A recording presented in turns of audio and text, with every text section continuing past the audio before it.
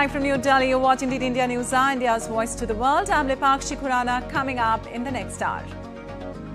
US President Joe Biden's gaffes continue unabated. Mixes up the name Kamala Harris and Donald Trump. Hours earlier referred Ukrainian President Zelensky as Putin before correcting himself. I think I'm the most qualified person to run for president. Biden calls for end of Gaza war, expresses support for reaching a ceasefire, says there should be no occupation of Gaza once hostilities cease. Ukraine urges NATO to lift restrictions on targeting Russia. Zelensky calls it a game changer. China denounces criticism. And in sports, 7-seed Jasmine Paolini becomes the first Italian woman to reach Wimbledon final after defeating Croatian Donna Vekic on Thursday to take on Barbora Krejcikova, who earlier stunned former champion Alina Rybakina.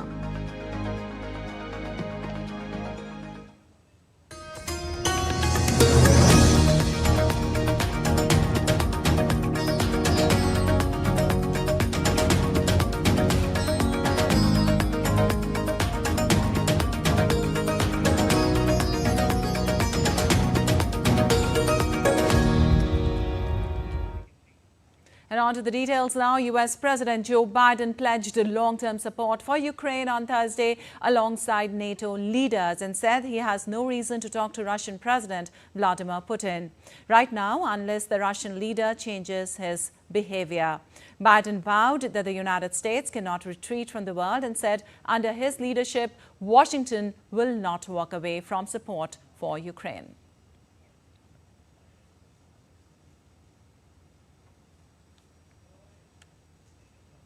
I'm dealing with Xi right now and direct contact with him. I have no good reason to talk to Putin right now.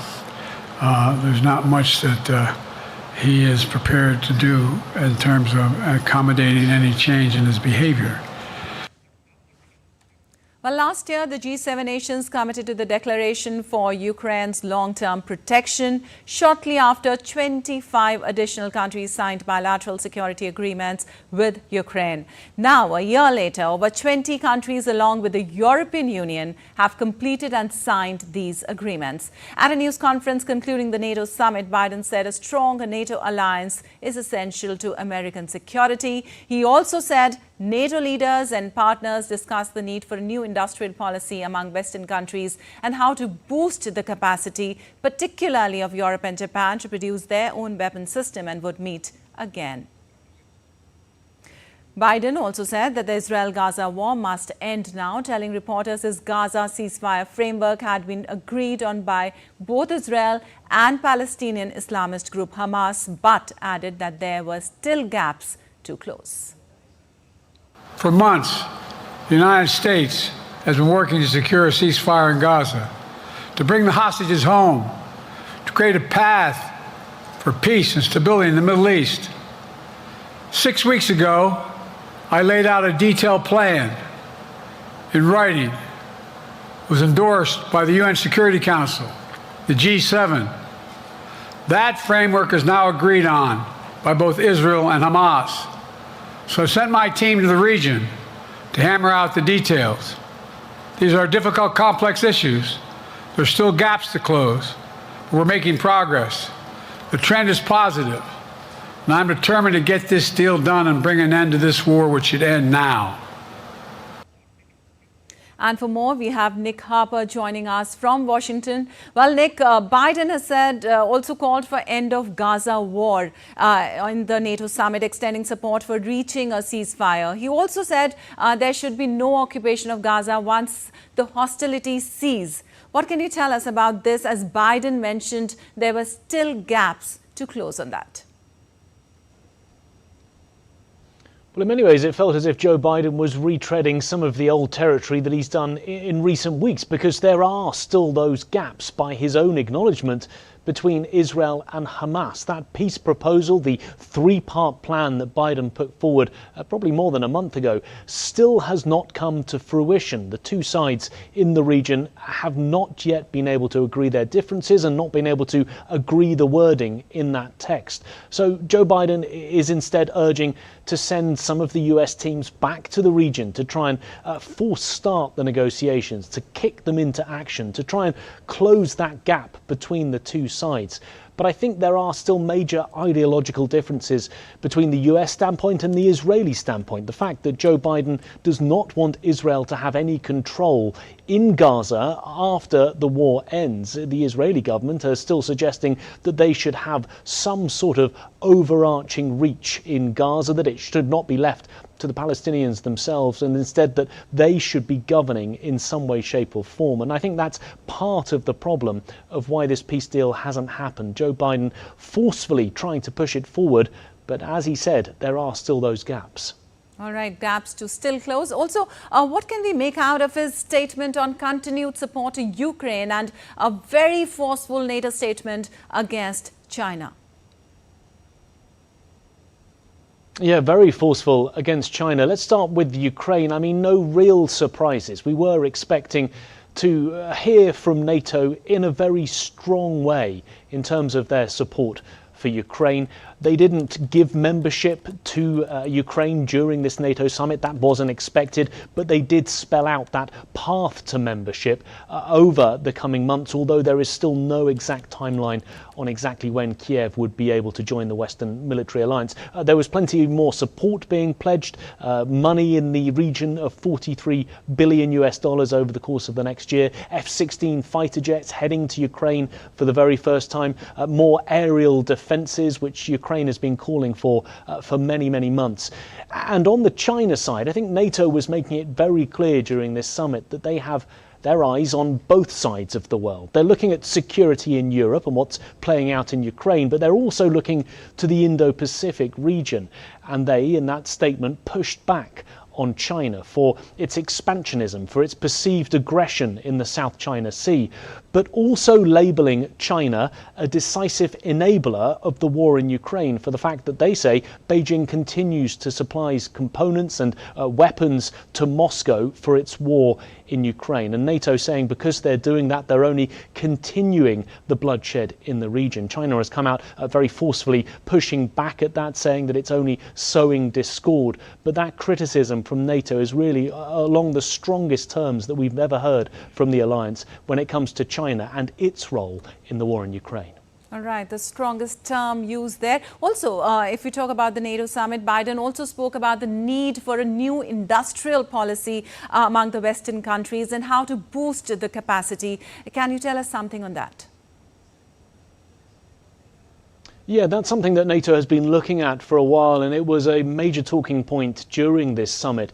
It's all to do with the concern that because of what's been happening in Ukraine and because of the need of many NATO member countries to supply Ukraine with weaponry, it has reduced stockpiles within the own countries of NATO. And because of that, there is that push to increase stockpiles within the individual countries to get them to ramp up their capacity so that they have more on hand. They say that that would help Ukraine further down the line if this war continues, but it would also strengthen the individual countries in this alliance. And they say that that's very important to try and do so. All right, Nick, please stay with us as we come back to you. Moving on, meanwhile, this solo press conference at the NATO summit in Washington since the debate night proved to be disastrous for Biden. He mistakenly referred to Ukrainian President Volodymyr Zelensky as President Putin before correcting himself. Hand it over to the president of Ukraine, who has as much courage as he has determination. Ladies and gentlemen, President Putin. President Putin. You can beat President Putin. President Zelensky. I'm so focused on beating Putin, we got to worry about it. Anyway, Mr. President. I'm better. You are a hell of a lot better. Thank you so much. Also, Biden has been under intense scrutiny in recent days and has faced doubts, including from members of his own Democratic Party, about his re-election chances after a weak and faltering performance in a debate late last month against Republican former President Donald Trump. He mixed up the name of his Vice President Kamala Harris and his Republican rival Donald Trump. Vice President Trump to be Vice President, that I think she was not qualified to be President. So let's start there. Number one, the fact is that the consideration is that I think I'm the most qualified person to run for president. I beat him once, and I will beat him again. Also, U.S. President defended his health, saying he would take another neurological exam to determine his mental acuity if it is recommended to him by his doctors. I've taken 3 significant and intense neurological exams by a neurologist. In each case, as recently as February. And they say I'm in good shape. And every single day, I'm surrounded by good docs. If they think there's a problem, I promise you, or even if they don't think it's a problem, they think I should have a neurological exam again, I'll do it. All right, Nick is there with us for more. Nick, also, if we may ask you, Biden's continued gaffes, majorly the verbal slip-ups continue, calling Harris Trump, Zelensky as Putin, where he's not only taken wrong names, but also mixed major political opponents. So the trouble mounts for him. What do you have to say on that? Yeah, undoubtedly there was plenty of scrutiny on him, as there has been mounting calls within his own party for him to suspend his re-election bid. So here he was on the final day of the NATO summit, giving an hour-long press conference. He is known for making mistakes, slips of the tongue, but of course at this crucial time, anything that he says, anything that he does is being analysed, and analysed to the full extent. He managed to catch one of those mistakes, mixing up President Zelensky with President Putin. He didn't catch the other one, mixing up his own Vice President Kamala Harris with his rival Donald Trump. And it's those type of mistakes that Republicans are pouncing on, saying that he is not mentally agile or fit enough to be president again. And those are the type of mistakes that Democrats who are perhaps unsure whether he's fit for the presidency again will look at and say, well, look, actually, maybe it is time for him to step aside. I think it's also interesting to note that was an hour-long press conference at the end of the 3-day NATO summit. President Biden wanted to speak about NATO and the achievements at NATO. The vast majority of the questions were all about his re-election bid. Questions like staying in the race, will that cause irreparable harm to America's reputation on the world stage? He fought back very forcefully, saying that he was staying in the race, saying that he's determined to continue on, and as we heard in that clip, saying that he is the best qualified person for the Democratic Party to beat the Republican Donald Trump in November's election. It's now what comes next over the coming days which will be important, because in the sidelines there are plenty of Democrats who say they are considering saying Biden should step aside. It's just whether they do so publicly in the coming hours and the coming days. All right, Nick, also, if you talk about the 2 leaders, the major 2 leaders have joined the list of those who are telling Biden to withdraw from the race. We would want to get an assessment on where the campaign will go ahead now as the calls for him to reassess his decision grows chiller and louder. Well, Biden says he's determined, he's staying in. That has been his mantra throughout, even though more and more Democrats in his party, various other pundits, even celebrities like the actor George Clooney have all said it is time to step aside. I think what might be interesting to note over the coming days, apart from the likelihood of an increased number of defections within the Democratic Party, all of them telling Biden to step aside, is polling that will come out in the coming days, which will reflect how he did during the course of that press conference. Were voters out there swayed by his arguments, by his fitness, his vigor, his vitality? Or do they feel that he doesn't stand a chance of serving another full term in office of 4 years if he were to be re-elected? Those polls will come out in the coming days. They'll be closely watched. But we may, of course, get to a tipping point, where there are simply too many Democrats saying you have to step aside, at which point his re-election bid is untenable and he will have to face facts and say, enough's enough, I've done what I can, but the party's saying it's time to step out. At this stage, it's certainly not the case. He's determined to stay in, but time will tell what is the outcome for the November presidential election. All right. Thank you so much, Nick, for all that update from there. And moving on, Ukrainian President Volodymyr Zelensky spoke with NATO leaders on the sidelines of the annual meeting in Washington on Thursday. As the alliance solidified additional support for the conflict-struck nation, Zelensky said Ukraine was very close to achieving its goal of NATO membership. NATO members issued a declaration in support of Ukraine, promising additional aid and pledging to support its irreversible path to NATO membership.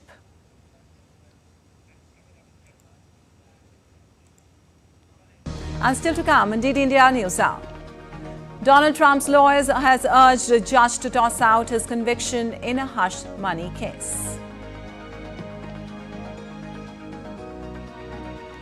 Heavy rains caused floods in southwestern U.S. state of New Mexico, prompting evacuation of multiple areas. And we'll tell you more about Alec Baldwin case as our investigation continues.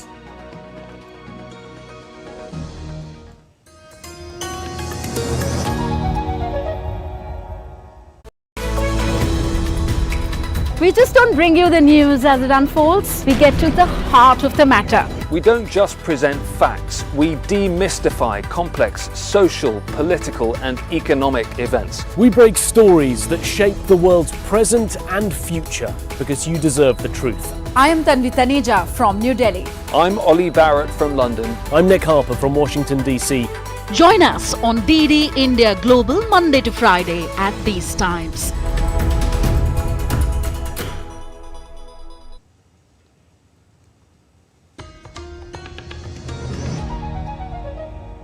Welcome back. You're watching DD India News. I'm Lipakshi Kuran, and moving on, the NATO summit has wrapped up in Washington with billions of dollars more in aid for Ukraine and major support on air defenses. Several NATO allies have boosted their domestic spending on defense, showing how they are prioritizing security at tense times, particularly due to concern over Russia. At the same time, challenges to U.S. President Biden's leadership overshadowed the end of the meetings. DD India's Caroline Milone reports for more from Washington. NATO summit's host nation had the final word on Thursday, describing the alliance as of critical importance to the US and transatlantic security.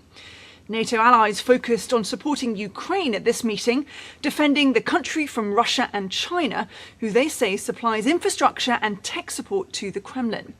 The Secretary-General of NATO, Jens Stoltenberg, said that the message from the alliance is clear about China's responsibility when it comes to enabling Russia's war. Ukraine and the threats posed by Russia and China are of increasing concern to NATO's Indo-Pacific partners, who see it as an existential threat to the region. The groupings are pushing back with investment in defence and against cyber attacks and misinformation. Well, as for Ukraine, there are F-16 fighter jets on the way and more air defence systems from the US. NATO will station a civilian representative in Kyiv going forward and move a command post to Germany, where they will coordinate the supply of weapons to Ukraine. The US is also sending cruise missiles to Germany for NATO defence. Well, at the end of the summit, Hungary's Prime Minister, who's just back from trips to Russia, Ukraine and China, decided to go to Florida to meet with Donald Trump, the Republicans' presumptive presidential nominee. Trump has claimed he can end the war in 24 hours, a claim that President Biden and other NATO leaders have pushed back on. Well, Ukraine would need the Russians to leave their territory before any chance of peace talks. Well, all of this, though, is happening at tumultuous times for President Biden, who's being challenged by even members of his own party who are concerned over his age and lack of mental sharpness, with some even calling for him not to run again in this year's election. That's despite a successful NATO summit in the United States. Caroline Milone in Washington reporting for DD India.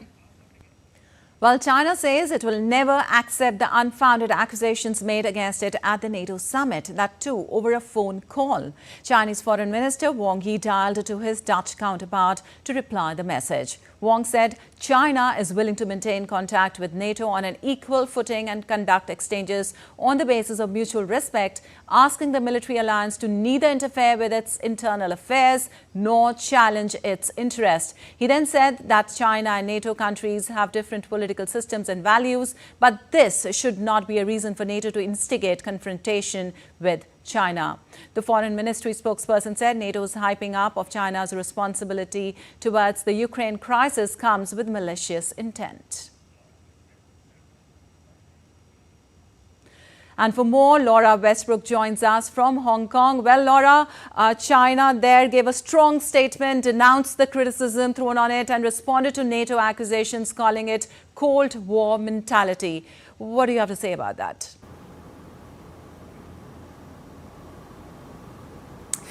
Yes, indeed. So this was a phone call between Chinese Foreign Minister Wang Yi and his Dutch counterpart, where he said that China will never accept baseless accusations from NATO. He's also gone on to say that he wants China to be on an equal footing with NATO and that they will maintain dialogue. But he said that just because NATO and China have different political systems and different values, that does not give NATO a reason, or should not give NATO a reason, to instigate confrontation with China. He's also urged NATO not to interfere with China's internal affairs nor challenge its interests.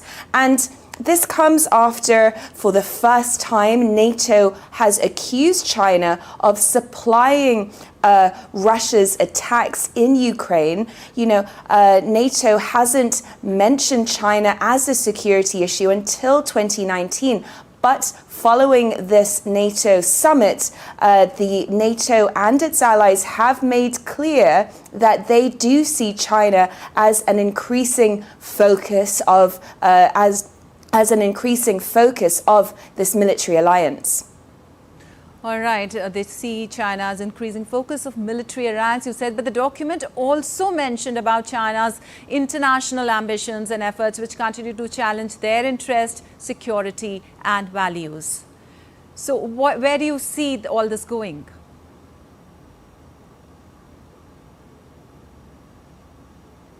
Well, this is really China pushing back quite strongly against that very sternly worded communique that was issued by the 32 members of NATO at the end of that summit, where they accused Beijing of becoming a decisive enabler of Russia's war against Ukraine. They also demanded that China cease shipments of weapons components and other technologies to the Russian militaries. It's also said that they were very deeply concerned by China's deepening ties with Moscow. So this was a very strongly written statement by the NATO key allies and members. And analysts have said that it really was an extraordinary step, because they said that it was served as a warning that they see China does pose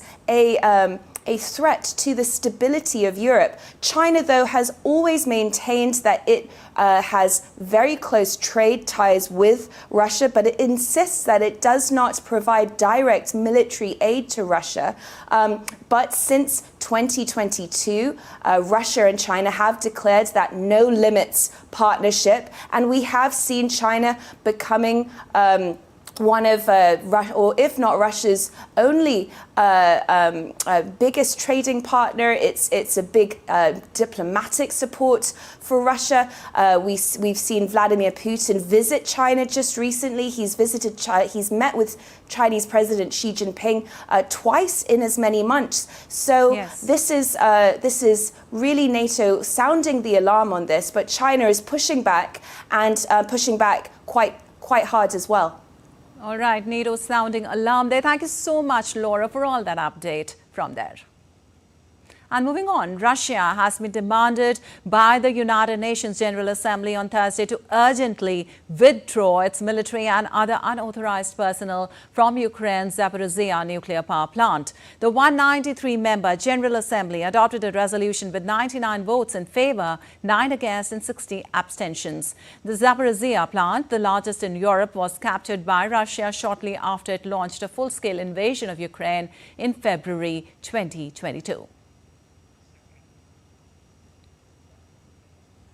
And Japan warned on Friday that China risked escalating tension with Taiwan with an increase in military exercises that appeared aimed in part at readying Beijing's forces for a possible invasion of the democratically governed island. Japan's annual assessment of security threats, including those posed by neighbors China, North Korea and Russia, comes as Taiwan closely monitors Chinese air and sea exercises, including one with an aircraft carrier in the nearby Pacific. Japan's 548-page assessment also highlighted China's plans to double its nuclear arsenal to more than 1,000 warheads by 2030. The drills are the latest in a series including maneuvers in the Taiwan Strait last year that a senior U.S. general said would be key to any invasion. And in a hush money case, Donald Trump's lawyers have urged a judge to toss out his conviction because of the U.S. Supreme Court ruling that presidents have at least some immunity from criminal charges, setting up a fresh fight with Manhattan prosecutors as his campaign to take back the White House heats up. In a court filing dated July 10th, made public on Thursday, defense lawyers said the May 30th guilty verdict in the first ever criminal trial of a U.S. president should be set aside following the U.S. Supreme Court's ruling on presidential immunity.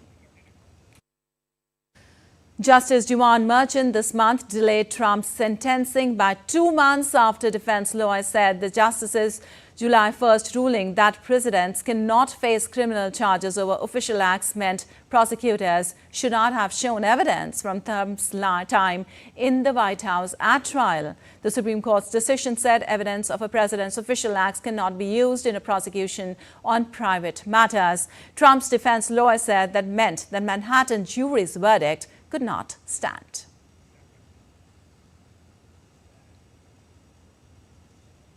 And a lawyer for Alec Baldwin on Thursday rigorously questioned a police technician over her investigation of the Rust shooting that killed cinematographer Halyna Hutchins, suggesting agents were more interested in prosecuting Baldwin than finding the source of a live round that killed the film's cinematographer. On day 2 of Baldwin's involuntary manslaughter trial, his lawyer Alex Spiro grilled a New Mexico crime scene technician over the search of prop supplier that the attorneys alleged could have supplied 6 live rounds found on the Western movie set.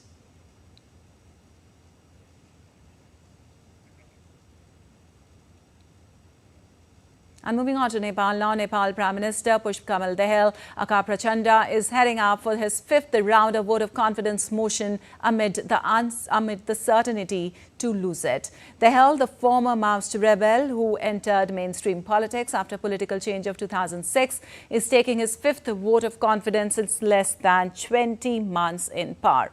Majority weighing parties in the Nepali parliament have issued whip to its lawmakers to stand against the confidence motion set to be tabled in Parliament by Prime Minister Pushpakamal Dahal Prachanda.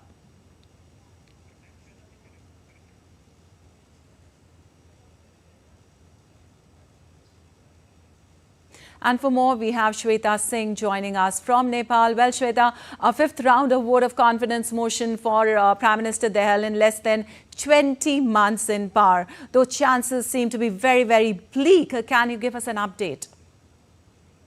Latika, actually today, you see, when Prime Minister Prachanda is seeking vote of confidence, it is 100% sure there is no chance that he is going to win the vote of confidence. Because 88 seats are held by Nepali Congress, 79 by CPN UML.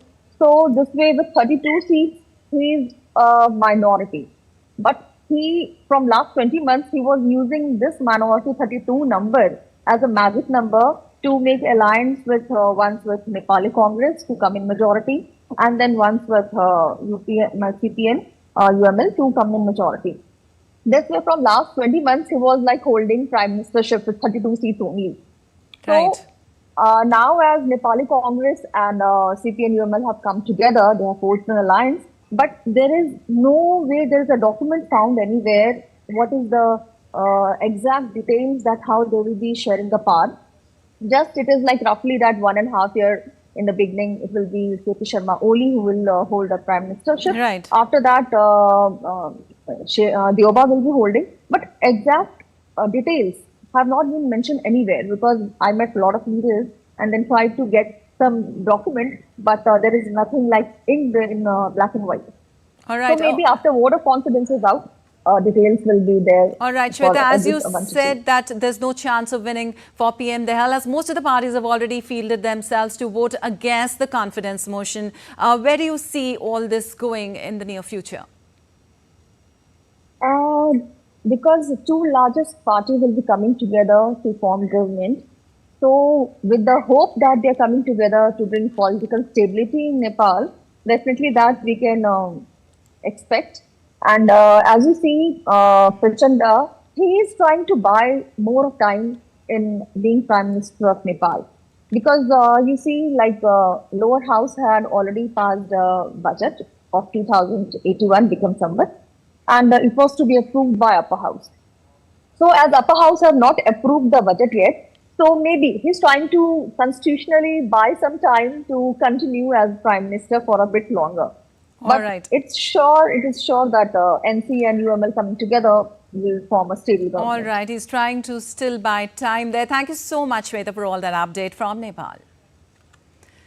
And moving on, heavy rains caused flash floods in southwestern U.S. state of New Mexico as well. National Weather Service in Albuquerque issued a flash flood emergency on Wednesday, prompting evacuation of multiple areas, including Cedar Creek, Upper Canyon, and Paradise Canyon. The thunderstorms come less than a month after wildfires destroyed hundreds of homes in the region.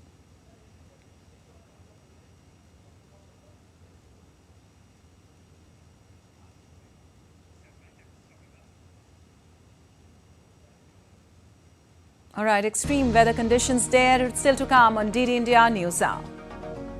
The two-day retreat of BIMSTEC member countries continues, aimed at bolstering cooperation among Bay of Bengal countries. Amidst the row were alleged irregularities in national eligibility cum entrance test, entrance exam, students meet Education Minister. Also, amidst the rising terror incidents in Jammu and Kashmir, high-level meet held.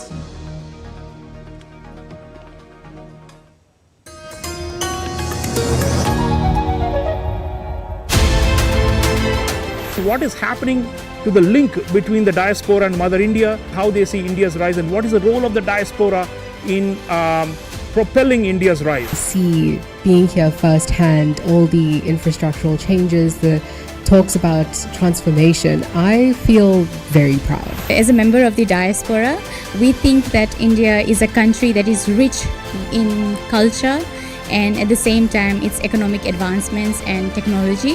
To bring this knowledge to the people there and to stimulate people on building relationships with each other and with India.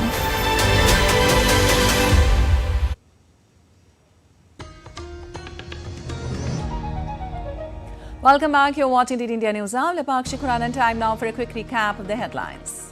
U.S. President Joe Biden's gaffes continue unabated, mixes up the name Kamala Harris and Donald Trump, as earlier referred Ukrainian President Zelensky as Putin before correcting himself.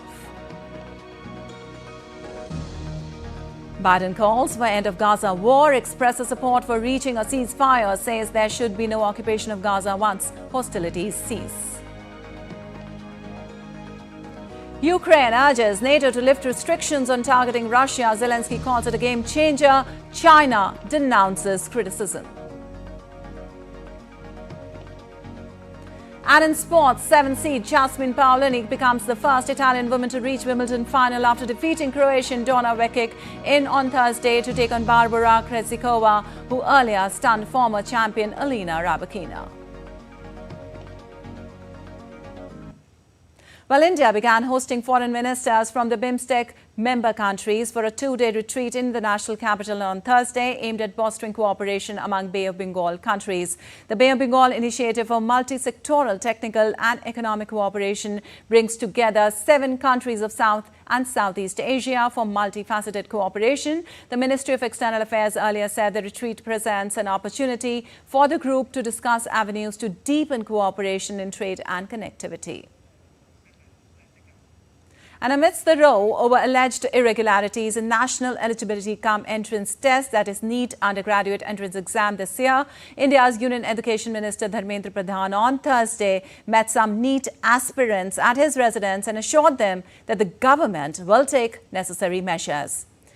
Whereas Central Bureau of Investigation has arrested Rakesh Ranjan, who is believed to be involved in the alleged paper leak, and taken him into custody for 10 days. Earlier, the Supreme Court adjourned the hearing of the petition seeking the cancellation of the NEET undergraduate 2024 on Thursday until July 18th. And amidst rising terror incidents in Jammu and Kashmir, a high-level interstate coordination meeting between Border Security Force, Jammu and Kashmir Police, central agencies and Punjab Police was held in Kathua on Thursday. The conference was held to focus on enhancing border security and synergy between the two state police forces and the border guarding force.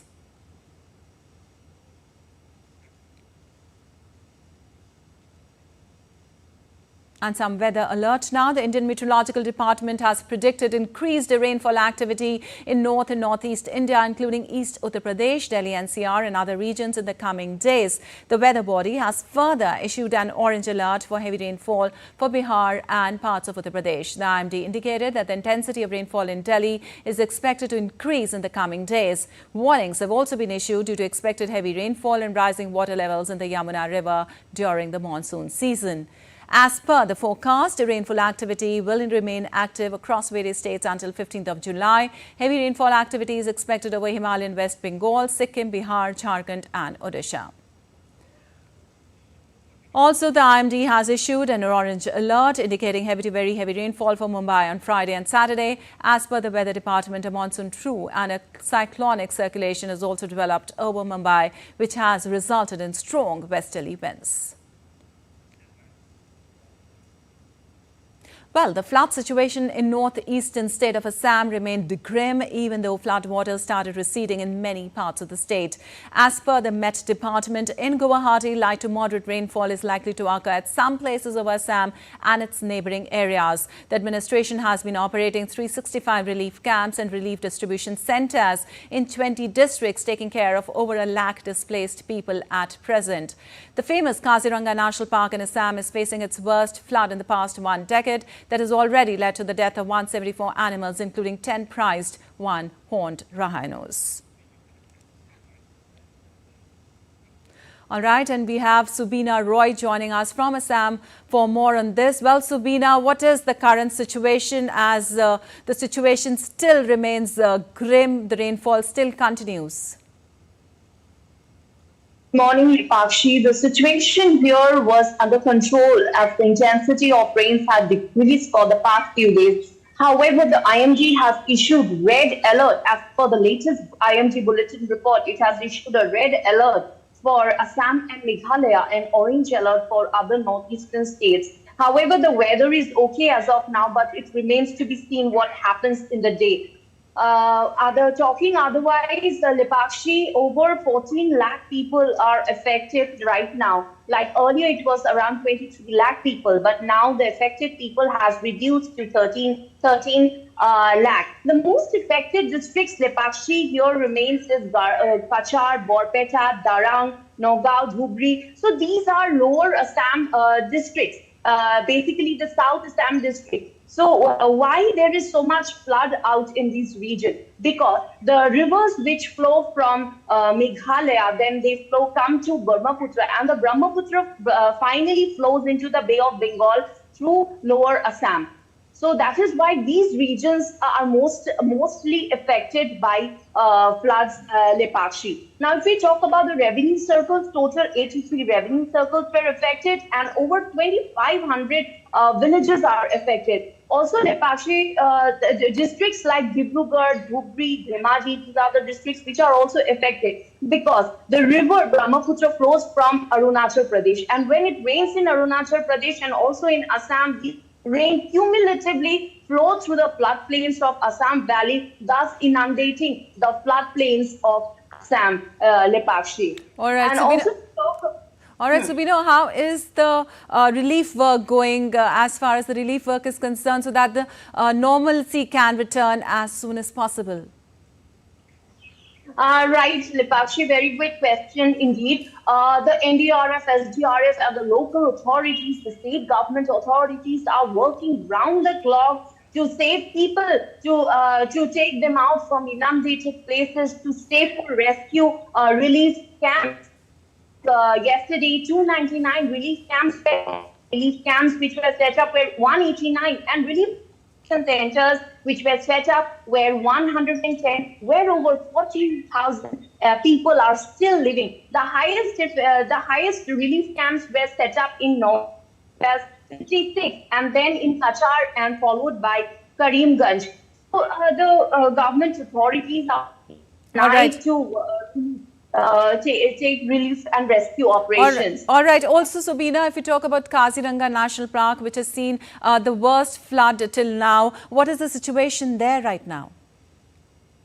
Yes, Lepakshi, the Forest Department and the Wildlife Rescue and Rehabilitation Centers have rescued 83 wild animals, and 54 have been released in the forest after they have been cured.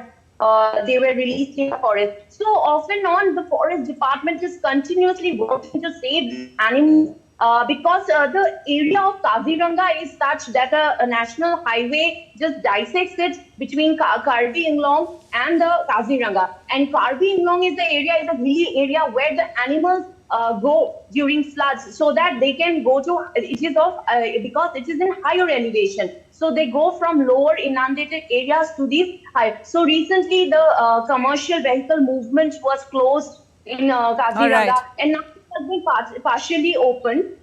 So these were the rescue operations, and for the movement of animals, the corridor was left open. Yeah. All right, Sabina, thank you so much for all that update from Assam. And moving on, India's first semi-automated deep-water transshipment port, Vizhinjam International Seaport in Kerala, has welcomed its first mothership from China. Kerala Chief Minister and Union Minister Sarbananda Sonowal will formally inaugurate the port today. Take a look at this report. India's maritime landscape is set for a revolutionary change as the country's first semi-automated deep-water transshipment port, Vizhinjam International Seaport in Thiruvananthapuram, Kerala, prepares for its grand opening. On Thursday morning, MV San Fernando, the first mothership carrying 2,000 containers, arrived at the port from Xiamen, China. This significant event marks the beginning of a new era in India's port operations. Vizhinjam International Seaport, built at a cost of $910 million, is owned by the Kerala government. The port is expected to be fully commissioned by September or October this year, with an initial capability to handle 10 lakh containers per year. Upon full commissioning, it will be able to manage 2 motherships simultaneously.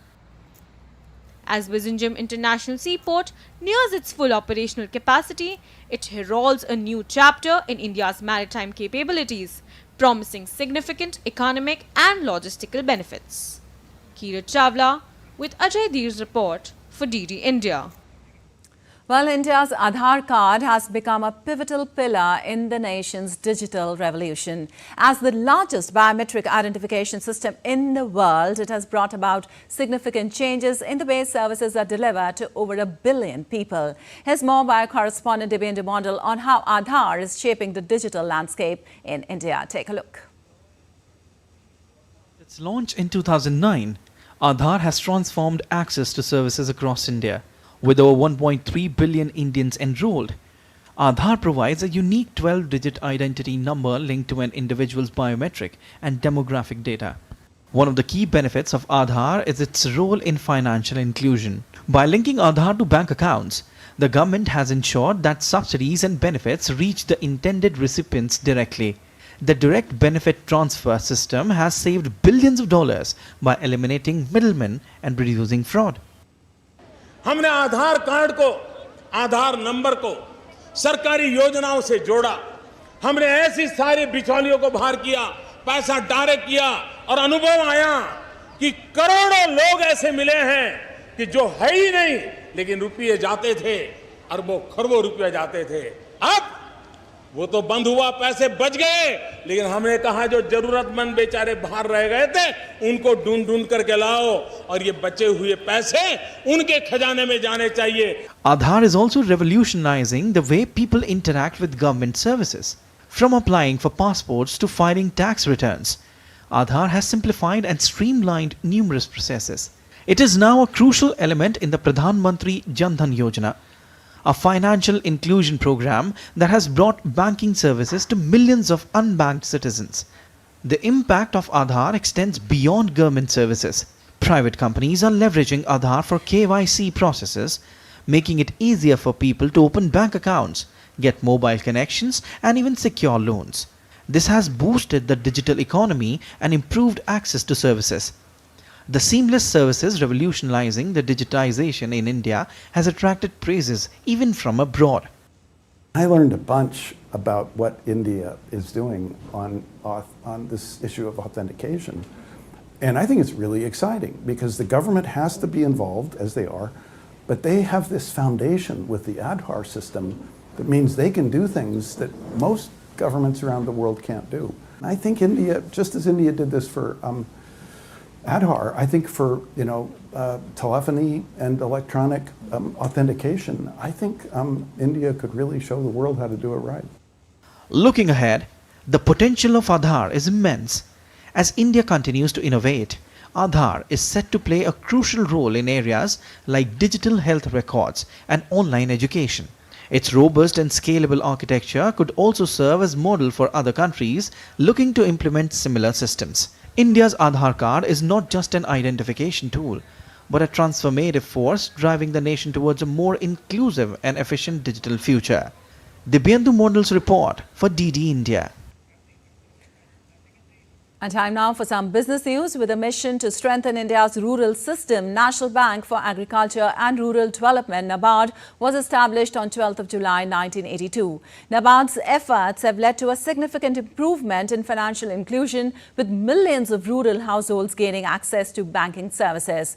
The Rural Bank is celebrating its 43rd Foundation Day, marking an important milestone.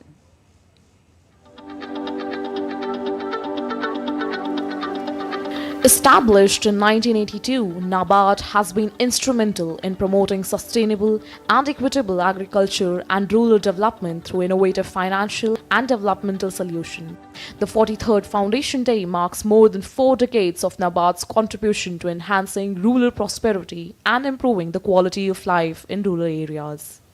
Over the years, NABARD has played a pivotal role in shaping rural India by providing financial assistance and support for various development initiatives. NABARD is entering its 43rd year of establishment. The supervisory functions of rural financial institutions, that is cooperative banks and also regional rural banks, are being undertaken by NABARD. NABARD has been providing and regulating credit and other facilities for the promotion and development of agriculture, small-scale industries, cottage and village industries, handicrafts and other rural crafts, and other allied economic activities in rural areas. NABARD's function, it is primarily aimed at overall development of agriculture sector as well as rural sector. We are focusing on energizing rural credit and strengthening the rural infrastructure. We were focusing on women as enablers of rural development. With a vision of fostering rural prosperity, NABARD has played a crucial role in developing rural infrastructure, including roads, irrigation systems, and storage facilities. Through various schemes and programs, NABARD has provided substantial support to farmers, enabling them to adopt modern agricultural practices and improve productivity. we are actually focusing on improving our efficiency through technology adoption. We are actually internalizing these technology, the developments which have happened for improving our own efficiency and also to improve the efficiency of the rural financial institution. As NABARD continues to innovate and evolve, its initiatives will remain vital in driving sustainable growth and improving the livelihoods of rural communities across the country. Shyama Mishra for DD India. Well, Oil India Limited has successfully inducted cyclic steam stimulation technology that can extract heavy crude from Jodhpur sandstone. DD India's Tapas Bhattacharya reports for more. Oil India has been doing breathtaking work when it comes to providing India the self-reliance in energy requirement. And to talk more about that, and especially their new technology of CSS technology that they are using in Rajasthan, I have with me Siddharth Ocha, the chief engineer who is working on it. When we started, Rajasthan field is an old field for us, because old in the sense we started venturing in Rajasthan in 1980s. And 1991 was the time when we drilled the first well, Baghewala 1. And Baghewala 3 came in 1994. So after that, there was a lull in production because the oil in Rajasthan is a very heavy crude oil. By heavy, I mean it's a crude oil which is a high viscosity, around 10,000 to 13,000 centipoise. Very difficult to extract. Which is very difficult to extract because it doesn't have the flow assurance.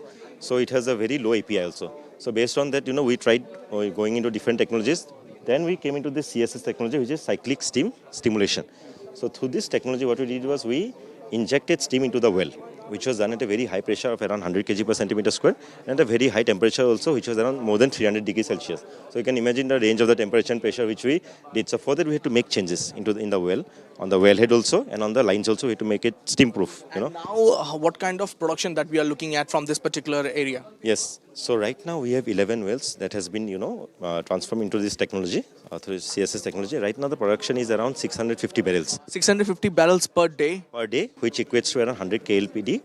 That is huge numbers we were talking about, because initially before this technology it was very less. It was less than 100 barrels per day, which we're talking about. Now it's around 6 times that we are getting after adopting this technology. Now you guys are going offshore, and Indian government has actually made sure that the whole sea border that we have is open to the oil companies. Correct. So offshore, like you're saying, we have ventured into 3 offshore fields right now. One is in Mahanadi, one is in Kakinada, and recently we have we are trying to go into Andaman, where we have recently opened an office, and now you're venturing and hoping that we strike gold there.